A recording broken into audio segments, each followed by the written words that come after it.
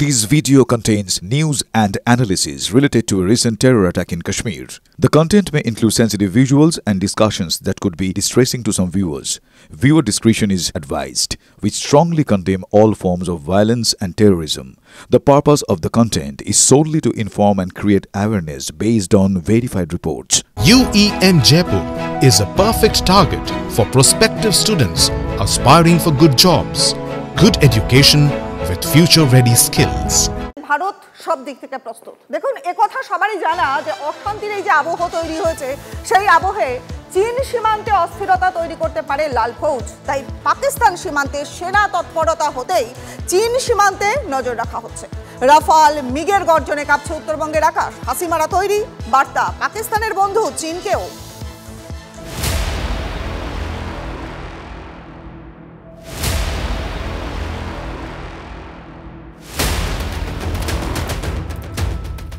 পাকিস্তানের বন্ধু দেশ চীন, দুদেশের সঙ্গে ভারতের সম্পর্ক নিয়ে নতুন করে কিছু বলার নেই। মঙ্গলবার পেহেলগাঁওয়ে জঙ্গি হামলার পর সীমান্ত এলাকায় হাই অ্যালার্ট জারি। অশান্তির আবহে চীন সীমান্তে অস্থিরতা তৈরি করতে পারে লাল ফৌজ। পাক সীমান্তে সেনা তৎপরতার আবহে চীন সীমান্তেও নজর। আগাম প্রস্তুতিতে চীন সীমান্তে মহড়া শুরু বায়ুসেনা ও স্থল সেনার। বাগডোগরা ও হাসিমারা বায়ুসেনা ছাউনিতে মহড়া। অসম এবং অরুণাচলেও তৎপরতা শুরু সেনার।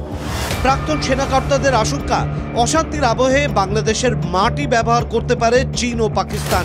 তাই বাংলাদেশ সীমান্তেও নজর ভারতীয় সেনার। বাংলাদেশের ভিতর আভ্যন্তরীণ যে পরিস্থিতি, সেই পরিস্থিতি অনুকূলে না থাকা, তার জেরেই পাকিস্তানের তরফে বাংলাদেশের মাটি ব্যবহার করে এই উত্তর পূর্বাঞ্চলের বিস্তীর্ণ এলাকায় নতুন করে অশান্তি কাটানোর চেষ্টা করা হতে পারে, ঝুঁকিয়ে দেওয়ার চেষ্টা হতে পারে জঙ্গিদের।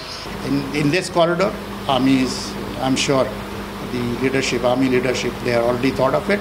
The plans, the mobilization if required, all that can be taken care of. আমার মনে হয় না যে the other adversaries, the Chinese বা বাংলাদেশ তো you can just take it like that কি ওর অনেক কিছুই বলতে পারে, but they have got nothing much to do anything. অবসরপ্রাপ্ত সেনাকর্তারা বলছেন বাংলাদেশে একটি পোর্ট তৈরি হচ্ছে, যাকে ঘিরে প্রবল আগ্রহ দেখাচ্ছে চায়না।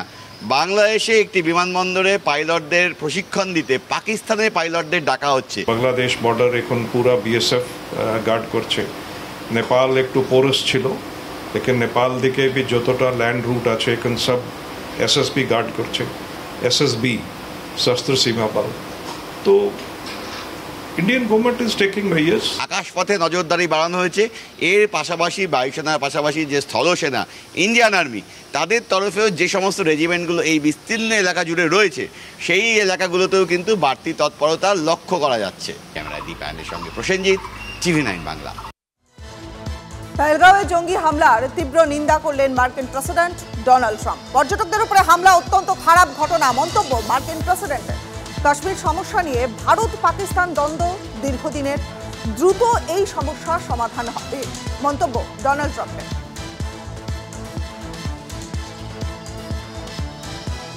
জঙ্গি হামলার ঘটনায় বিশ্বজুড়ে নিন্দার ঝড় উঠল। সর্বত্র মুখ পুড়েছে পাকিস্তানের। দিকে দিকে প্রতিবাদ, বিক্ষোভ। লন্ডনে পাক হাই কমিশনের দপ্তরের বাইরেও বিক্ষোভের আগুন। পাক হাই কমিশনের বাইরে বিক্ষোভ প্রবাসী ভারতীয়দের সংগঠনের। সন্ত্রাসবাদের বিরুদ্ধে প্লাকার্ড, পোস্টার নিয়ে স্লোগান বিক্ষোভকারীদের। পাঞ্জাব সীমান্তে বড় নাশকতার ছক বানচাল করল বিএসএফ। পাঞ্জাবের অমৃতসরে আজনাল্লার সীমান্ত নিকটবর্তী সাহাল গ্রাম থেকে উদ্ধার প্রচুর বিস্ফোরক এবং আগ্নেয়াস্ত্র। বৃহস্পতিবার পাঞ্জাবের সীমান্তবর্তী ফিরোজপুর থেকে পাক সেনা বন্দী করে বাংলার বিএসএফ জওয়ান পূর্ণম কুমার সাউকে। 4.5 কেজি RDX, 5টি হ্যান্ড গ্রেনেড, 5টি পিস্তল, 8টি ম্যাগাজিন, 220 রাউন্ড গুলি সহ উদ্ধার বিএসএফ এবং স্থানীয় পুলিশের। সীমান্ত লাগোয়া গ্রামে চাষে ফসল কাটার সময় সন্দেহজনক বড় প্যাকেট দেখতে পেয়ে বিএসএফকে খবর দেন। ঘটনার পর বেড়েছে বিএসএফের নজরদারি।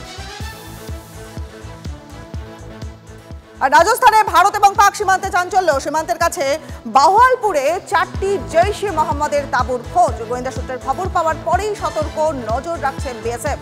চেলিস্তানে খরা পরিস্থিতিতে সবুজায়নের নাম করে জেহাদি কার্যকলাপ শুরু করে পাক মদতপুষ্ট জঙ্গি সংগঠনগুলো।